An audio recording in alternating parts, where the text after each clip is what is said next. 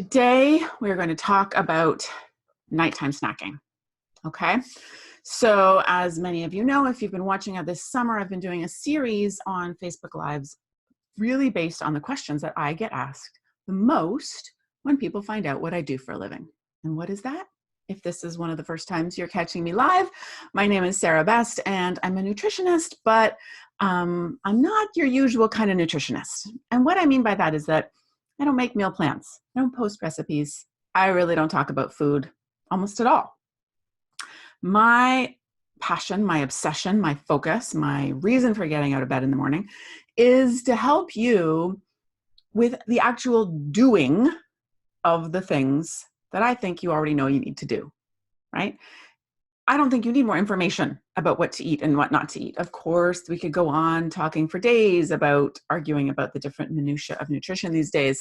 I realize that we're bombarded by a lot, but the basics are pretty simple, right? You probably know, if you're watching this video, you know more than the average person. You've read every book, you've done every program, you've clicked on every link. The knowing isn't really the problem. We get caught up in that, but it's the doing. It's the doing, and it's the doing consistently, right? It's the staying on track. It's the not sabotaging ourselves. It's, not doing really well all day and then falling off track at night. It's being able to navigate social situations and still do the things we want to do, still make the choices we want to make. This is where we get stuck. So this is why, after years of being what I would consider sort of a normal nutritionist, I said, no more with the recipes and the meal plans. I'm going to focus on what's going on up here, right? The missing piece of the puzzle, what's going on in your brain, the relationship you have with food, the way you use food, right? The habits, the patterns, the behaviors. That is really my focus. And it's why people like to joke that I'm the nutritionist who never talks about food. So when people find out all of that about me, there's some common questions I get over and over. And this summer, I've been doing this video series all about answering some of those. And nighttime snacking is probably number one, right? I get asked about a lot of things. I get asked about emotional eating, travel, going to parties, all those kinds of things. But nighttime snacking is always up there at the top. So today's video is all about that. And we're going to talk about why we do this a little bit, and then what we can do to unravel this pattern and to create a new pattern for ourselves that we'll be able to stick with consistently without feeling deprived, by really starting to work with the way our brains are naturally wired. Okay. So this was my pattern as well, right? Nighttime snacking. Absolutely. Right. I would do so well all day. I was a nutritionist, for goodness sakes, right? I knew what I should be eating and I would do it all day long. And then I would come home at night after a crazy busy day, right? Young kids, working, all the things, hockey, sport, dance, I don't know, whatever, dogs. And by the end of the day, I was done, right? And once everyone else was in bed, that was my time to sit on the couch, potato chips, chocolate, eating until I felt nauseous. Did it every night. Sometimes I would do it with tears streaming down my face because I didn't want to be doing it, but I felt like I couldn't stop. And something tells me that you may be nodding along with this, and this may be your exact story as well. So I know how frustrating it is, but what I can tell you, the good news is that ever since I did all of the work that I've done in terms of bringing in what I consider really the missing pieces of the puzzle with neuroscience, food psychology, mindfulness, self-care, self-love, bringing in all these different modalities to create a very different approach to changing your relationship with food, which is now what I do. Ever since I learned all of that for myself, I had to start with myself. I really was able to finally break free of the nighttime snacking habit. And now it really has no power over me. Right? It's sort of an effortless choice now because I've done the work to reprogram what's going on up here. I've literally reprogrammed my old operating system. So let's talk about how you can do something similar for yourself. One of the reasons we end up snacking at night is because willpower, and some people like or dislike that word, but willpower is a very finite source, right? Or a finite resource, shall we say. Let's say you get 10 units of willpower every day when you wake up in the morning, just as an example. And every time you make a choice, and whether it's the choice to have the donut with your coffee or not, or whether it's the choice to not tell your boss what you actually think, all choices are withdrawing from the same willpower bank account. Okay, so you got that 10 units when you wake up in the morning. You're giving it to the donut. You're giving it to not yelling at your boss. You're giving it away all day, right? Because you've got all kinds of choices to make. So by nighttime, that bank account is empty. You've got no willpower left. And this is why, well, this is one of the reasons why we so often end up making not so great choices at night, and why we feel more able to do it earlier in the day. So we can't fight against that, right? We have to stop trying to fight the way our brains are naturally wired. Instead, we have to start working with the way our brains are naturally wired, which is not what most sort of healthy eating kind of approaches are telling you to do, right? They just want you to have more willpower, just more willpower. I don't find that super helpful. At least I didn't for the years that I was struggling with this. So instead, what I want you to think about is creating a plan. I want you to anticipate that willpower bank account is going to be run dry, right? You're going to have crazy busy days. It's just, that's life, right?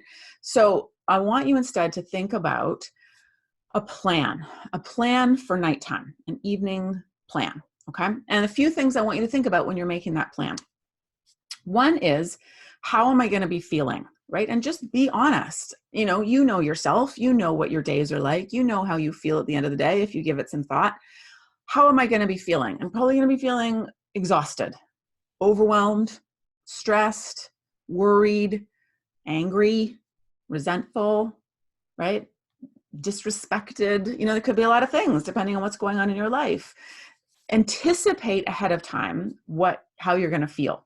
The reason that, just backing up a minute, the reason that so many people fail at making healthy choices at night, in addition to having the empty willpower bank account, is they're waiting until then to make a choice about what they're going to do, and they're just hoping for the best, right? So it's like, you have no plan, and you're just hurtling towards nighttime knowing that it's a self-sabotage minefield, and yet we're just going to hope for the best every single night, just hoping for the best. And then you end up eating all the junk anyway, and you're just like, well, didn't work. Tomorrow, hopefully we'll do better, right? This isn't a plan. This doesn't work. I did it for years. And the hope for the best plan is not the kind of plan we want. Instead, let's just be honest and let's anticipate. Don't judge yourself. Don't wish it was different. It is what it is. So knowing that in the evening, you're probably going to be overwhelmed, tired, exhausted, feeling angry, feeling resentful, feeling like nobody appreciates you, feeling like you don't have support. Like, just write it all down, get it all out there, be honest. And then what we're typically doing is I always say, we're trying to fit a food-shaped peg into a feeling-shaped hole. And that's really what we're doing. We have all these feelings and we're trying to use food to make them feel better. And we do it because it works a little bit, right? You get that dopamine hit from food. We have a lot of neural pathways in our brain that associate food with making us feel better. We have a lot of happy memories around food. So there's a lot of neurochemical and psychological reasons why we do this, right? We're not stupid. We do it because it works. Makes us feel a little bit better. And yet it's not a very efficient or as effective as possible tool, right? It's a food-shaped peg we're trying to fit into a feeling-shaped hole, and kind of fits good enough, but doesn't really fit really well. So instead, as part of your plan, you're going to anticipate these yucky feelings you're going to have. I want you to plan ahead for what's a better activity, knowing yourself, knowing what you love to do, knowing what fills your cup and what makes you feel good. What could you be doing instead of the eating that would actually maybe fill that feeling-shaped hole? Okay, so maybe and again, you're going to make a plan. It's part of your plan, remember? So we're not just thinking high level here. We're actually going to plan something. So again, you need to know yourself. Maybe you need to put in tell your friend you're going to need to have a chat tonight and say, I'm going to call you at 8:00 and put that in your calendar. That's part of your plan. Maybe I love doing, one of my ways to sort of unwind is I do jigsaw puzzles and I listen to podcasts at the same time. So part of my plan is going to be downloading 2 or 3 podcasts that I'm excited to listen to, right? Get those on my phone. Then I know that when evening comes, I'm just going to slide right into my jigsaw puzzle seat and I'm going to put my earbuds in and go to my happy place. Maybe you do want to have some sort of a healthy treat, or I love having herbal teas around. To me, an herbal tea feels very nourishing, nurturing, loving, the same way that I used to use food to make me feel. So maybe you need to go out and go to a tea shop and find a nice tea for yourself, a little treat, a little gift for yourself, right? That's part of your plan. So figure out what the yucky feelings are going to be. Figure out what activity or what you could do that would better, more effectively and efficiently address those feelings. And that's part of your plan. Okay. So it's like, how am I going to feel? And then what am I going to do to address that? Don't just hope for the best, right? It doesn't work. We know this. So that's part of your plan. Another part of your plan that I want you to think about incorporating is the notion of just experimenting with what I call a delayed gratification technique. And this is part of the work I do in my Change Your Brain, Change Your Body program, which is my flagship program where we really work on reprogramming, rewiring what's going on up here when it comes to the way you eat, the choices that you make. But one of the things I do with my students there is called delayed gratification. And this is just a way to sort of upset, reboot some of the wiring that's going on up here. And it's basically exactly what it sounds like, delayed gratification. So say you want to go eat the brownies that are in your freezer. It's nighttime, everyone's in bed, your favorite show's on, you really want those brownies. Instead of just going into autopilot and just saying, well, I've screwed up the whole day, or well, I'll start tomorrow, or whatever you normally say that allows you to go eat those brownies, I want you to take out your phone. I want you to set like 5 minutes on the timer, and I want you to just delay the gratification. Okay, so I'm not saying don't have the brownies. That's going to really send your brain into like red alert, and then you're just going to want the brownies more. We know how that works. Instead, I want you to set your timer for like 5 minutes and maybe do some journaling during that time.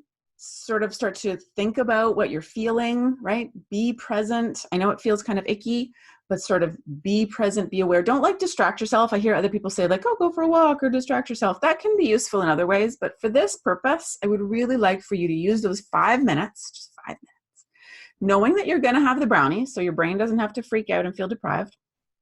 And like do some journaling about what you're feeling, or, just maybe do some meditation if you're comfortable with that, or just sit, close your eyes and just breathe, right? Just be in the present moment. This is something we don't do very often. And by doing this, you're going to start to disrupt some of that wiring up here. Okay. And this isn't going to get you all the way there, but this is how we begin the process of disrupting those old neural pathways that have you in autopilot of just sitting in front of the TV, going to the brownies, numbing out. You know how it goes. I did it for years. I know how it goes.